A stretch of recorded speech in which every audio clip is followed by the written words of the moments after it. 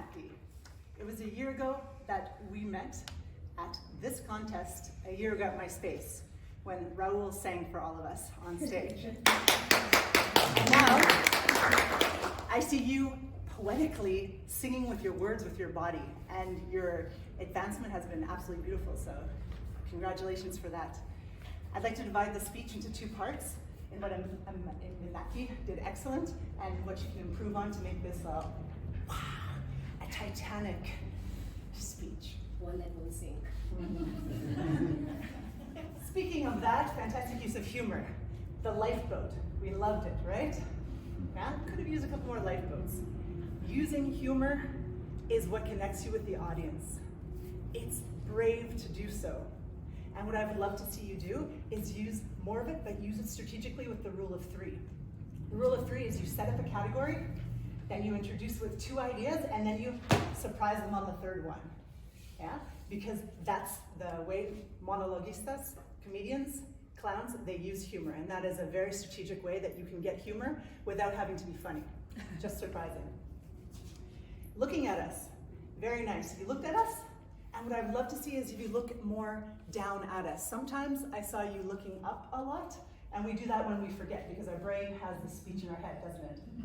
And to connect with us more about the more important parts, it would be nice if you pause 1 second on the people. Then they know you're with them. Very nice. Gestures. She used a lot of gestures. China, Russia. And what I would love to see is using the same gesture for the same meaning. Once you had said leadership like this, and this also meant something like Russia at another time, yeah? And so we start to go, this means this and that means that. And if it doesn't conclude that way, it sort of gets a little bit confusing to us. I love the poetic use of the words, no? My goodness, it's beautiful. And the Generation Z, this energy, that bad word that she used. The way she presented herself on stage. I feel that you're using your age, your cultural awareness, your youth to teach us something that we might not understand. And I can see this speech going much further as an educational about how young people see leadership nowadays. The world is extremely international. And so the way you're dressing, where the older generation would say, wear a dress suit.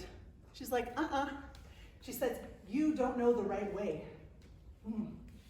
The older white guys that run the world might not enjoy that expression perhaps, right? And so being bold has been very inspiring for me in this. To conclude, love the words, love the gestures. I'd prefer if you maybe stood still when we told the point instead of walking back and forth. Look us in the eye for a couple seconds, pause more in those impacts.